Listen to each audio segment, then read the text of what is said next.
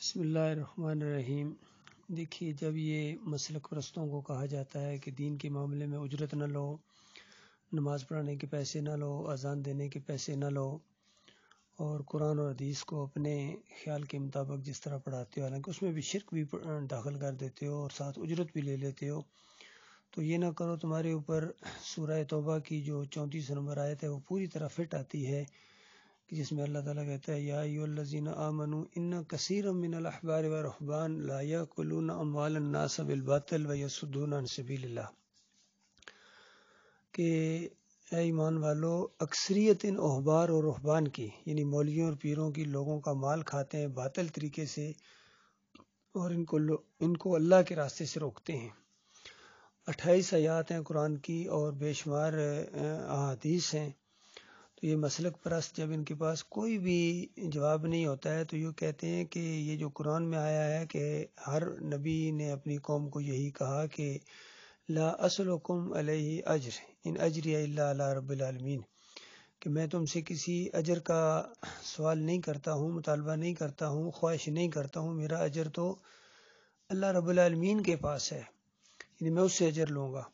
تو عام طور پر مولوی فریب کرتے ہیں اور کہتے ہیں بھائی دیکھو، یہاں اجر کی بات ہو رہی ہے، اجر تو ہم بھی اللہ سے لیں گے، اور یہ اجر ثواب کے معنوں میں ہے، باقی ہم جو لیتے ہیں یہ تو اجرت ہے، یہ تو بس وقت کی فیس ہے اور بس جس طرح ٹیوشن کی طرح ہے۔ لیکن قربان جاؤں اس مالک کے اوپر، یہاں اس سورہ ہود کے اندر اللہ تعالیٰ نے دونوں لفظ اجر اور مال، اس کو گٹھا استعمال کیا ہے کہ مولویوں اب کدھر جاؤ گے، بے ایمانو اب پھنس گئے ہو، کیونکہ مال ہی اجر ہے اور اجر ہی مال ہے۔ اس میں بتایا گیا وَيَا قَوْمِ لَا أَسْأَلُكُمْ عَلَيْهِ مَالًا، اے قوم کے لوگوں، میں تم سے مال کا مطالبہ نہیں کرتا ہوں، ان اجریہ الا علی اللہ، میرا اجر تو اللہ رب العالمین کے ذمے ہے۔ تو آپ دیکھیے دونوں چیزوں کو اللہ تعالیٰ نے اکٹھا کر دیا کہ اب یہ تعویل کرنا چاہیں بھی تو نہیں کر سکتے ہیں۔ یہ بہت بڑی ان کی بدبختی ہے، ان مولویوں کی اور اس قوم کی، کہ یہ دین کو انہوں نے ٹھیکے کے اوپر دے دیا ہے۔ اسی وجہ سے آنکھیں بند کر کے مولویوں کے پیچھے چلتے ہیں، اور پھر ہر مولوی نے اپنے اپنے مسلک کا دین ان کو دیا ہے۔ بریلوی ہے تو وہ بریلویت کے دائرے کے اندر بند ہے، اہل حدیث ہے تو اہل حدیثیت کے دائرے کے اندر بند ہے، دیوبندی اپنے دیوبندیت کے دائرے کے اندر بند ہے، سلفی اپنی سلفیت کے دائرے کے اندر بند ہے، سارے صوفی ازم کے اندر بند ہیں، تصوف کے گیت گاتے ہیں۔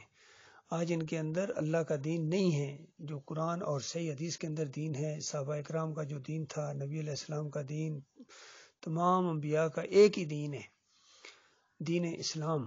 شریعت جدا جدا رہی ہے لیکن دین سب کا ایک ہی ہے، اور دین کے اندر یہی ہے کہ معبود ایک ہے، الہکم الہ واحد لا الہ الا هو الرحمن الرحیم، کہ تمہارا ایک معبود ہے اللہ کے بندو، اس کے علاوہ تمہارا کوئی اور داتا دستگیر مشکل شاہ حاجت روا واسطے وسیلے کے لائق اور رکوع اور سجدے کے لائق نہیں ہیں۔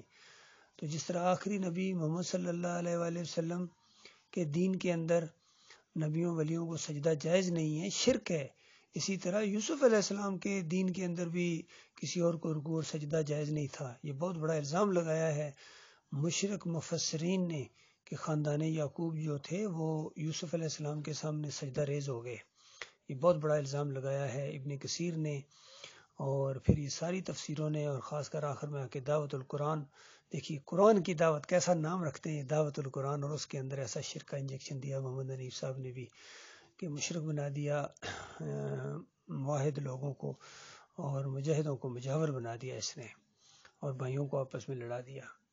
قرآن کی دعوت بڑی زبردست ہے۔ دیکھیے اس کے بعد اگلی آیت کے اندر اللہ تعالیٰ نے بیان کیا نوح علیہ السلام کا وہ قول کہ نوح علیہ السلام نے کہا کہ میری قوم کے لوگوں، بتاؤ اگر تمہارا یہ مطالبہ میں پورا کروں، تم کہتے ہو کہ غریب لوگوں کو اپنے پاس سے اٹھاؤ، تو اگر میں ان کو اٹھاؤں گا تو پھر کون تمہارے مقابلے میں میری مدد کرے گا اگر اللہ تعالیٰ مجھے پکڑے گا؟ اور میں تم سے یہ نہیں کہتا ہوں ولا اقول لکم عندی خزائن اللہ، میں تم سے نہیں کہتا ہوں کہ میرے پاس اللہ کے خزانے ہیں۔ دیکھیے نوح علیہ السلام کہہ رہے تھے کہ میرے پاس اللہ کے خزانے نہیں ہیں، اور اس مشرک قوم نے علی جویری کو داتا گنج بخش بنا دیا، یہ خزانے بخشنے والے ہیں، اور پھر پتہ نہیں کہ اربوں کے حساب سے ان کے کندھوں کے اوپر قرضے کیوں ہیں، قبروں کے اوپر، مزاروں کے اوپر سونے کے دروازے لگائے ہوئے، ان دروازوں کو اتارو اور بیچو ان کو اور اپنے قرضے اتارو. اور ایمان اگر تمہارا خالص ہو جائے تو ایک دن کے اندر قرضے اتارنے کی میں گارنٹی دیتا ہوں. ایک دن کے اندر آپ کا سارا قرضہ اتر جائے گا. آدھا قرضہ تو تمہارا وہ جو پہلے ادا کر چکے ہو اس میں بیلنس ہو جائے گا، کیونکہ اسلام کے اندر سود نہیں ہے. ہم ایک لمحے کے لیے بھی سود کو برداشت نہیں کریں گے، کیونکہ خالق کائنات کا یہ حکم ہے. جب خالق کائنات کا یہ حکم آ جائے تو پھر نہ امریکہ کا حکم چلتا ہے، نہ IMF کا حکم چلتا ہے، نہ پاکستان کا اسٹیٹ بینک کا حکم چلتا ہے. کسی کا پھر حکم نہیں چلتا ہے مالک کائنات کے آگے. جب اس کا حکم ہے کہ سود حرام ہے اور مت لو ورنہ میرے خلاف اللہ نے جنگ ہے تمہارا، تو ہم اللہ سے جنگ کیسے کریں؟ تو اس انداز سے آدھا تمہارا قرضہ تو اس طرح بیلنس ہو جائے گا، اور باقی جو آدھا رہ جائے گا انشاءاللہ وہ صرف اوریجنل قرضہ واپس کیا جائے گا، اور باقی جتنا ہے سود ہرگز ہم ادا نہ کریں گے. سود کو ایک لمحے کے لیے بھی برداشت نہیں کیا جائے گا. جس لمحے اسلامی حکومت آئے گی اسی لمحے سارا یہ سسٹم روک دیا جائے گا کہ نہ سود لینا ہے نہ دینا ہے. سارے بینکوں میں یہ آرڈر جاری کر دیا جائے گا کہ اس ٹائم سے پہلے جو ہو چکا سو ہو چکا، اس کے بعد ایک لمحے کے لیے بھی اگر کسی نے سود کی ٹرانزیکشن کی تو اس مینیجر کے ساتھ سختی سے معاملہ پیش کیا جائے گا. تو یہ سارے معاملات ہو سکتے ہیں. پھر بے شمار آمدنی کے ذریعے ہیں، اور پھر مسلمانوں میں بھی جو اعتماد پیدا ہوگا کہ ان کے جو لیڈر ہیں یہ کرپٹ نہیں ہیں، یہ لوٹ مار کرنے والے نہیں ہیں، تو انشاءاللہ وہ بھی اس میں کافی حصہ ڈالیں گے اور بڑے آسانی کے ساتھ یہ سارے قرضے آپ کے ادا ہو سکتے ہیں. تو اس انداز سے یہ دیکھیے کتنا زبردست بیان ہے. یہ آگے آپ خود پڑھ سکتے ہیں کیونکہ کلپ لمبا ہو جائے گا. آپ خود پڑھیں، کتنی سادہ سادہ یہ عربی ہے، اور اس کے معنی کے اوپر غور کریں کہ نوح علیہ السلام کہہ رہے ہیں میرے پاس خزانے نہیں ہیں. میں نے کب کہا یہ بات؟ اور نہ میں غیب جانتا ہوں، اور نہ میں یہ کہتا ہوں کہ میں کوئی ملک ہوں، یعنی کوئی نورانی فرشتہ ہوں. میں یہ تو کہتا ہی نہیں ہوں. تو یہی چیز نبی علیہ السلام سے بھی کلوائی گئی. نبی علیہ السلام سے کلوایا گیا کہ ان کو کہو کہ میں غیب نہیں جانتا ہوں، میں نور کا نہیں بنا ہوا ہوں. لاؤڈ سپیکر ہوتا تو لاؤڈ سپیکر میں نبی علیہ السلام اعلان کرتے.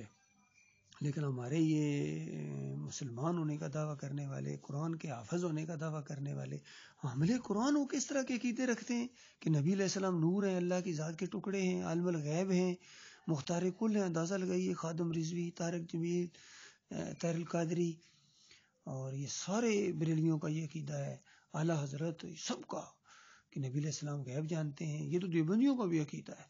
اور واسطے وسیلے کی شرک کے اندر یہ اہل حدیث بھی اس لپیٹ میں آئے ہوئے ہیں اور کہتے ہیں کہ ہمارے اعمال جو ہیں صلاۃ والسلام کے یہ نبی علیہ السلام کے یہاں پیش ہوتے ہیں. اندازہ لگائیے. حالانکہ ہم اللہم صلی علی محمد کہتے ہیں، اے اللہ تو محمد صلی اللہ علیہ وآلہ وسلم کے اوپر رحمتیں اور برکتیں نازل فرما.